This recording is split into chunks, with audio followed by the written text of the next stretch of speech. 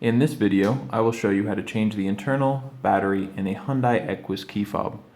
This key fob was used between 2011 and 2013 and uses a CR2032 battery. The entire process of changing your battery is very simple and can be done at home. If you'd like to get one of these batteries, I will leave a link down in the YouTube description to get one on Amazon. It's very inexpensive, just a couple bucks, and you can follow along to do it yourself. Press the button on the bottom of the key fob to remove this internal key. Now you can see the hole that the key just came from and then a slot next to it.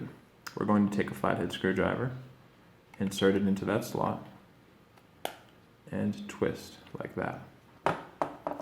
That will allow us to get inside and have access to the battery. This battery is housed in plastic and I can't really remove it with my fingers, so I'm going to take this precision screwdriver. This just comes from a set that you can get for a couple bucks. I'll also give you a link to that if you're interested. Otherwise, you could use a toothpick or other tool. And using this, we can come in on the right side of the battery in this little space. And with a little prying motion, the battery will pop right out and you will not damage it. Now, take a brand new CR2032 battery. Make sure that the positive side with this text faces down and return it to its place, pushing the bottom in first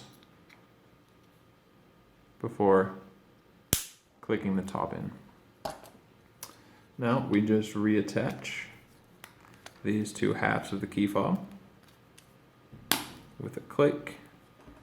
Throw this internal key back in place and you're all done. You should see the light come on if you've done everything correct and you're good to go. Thank you so much for watching.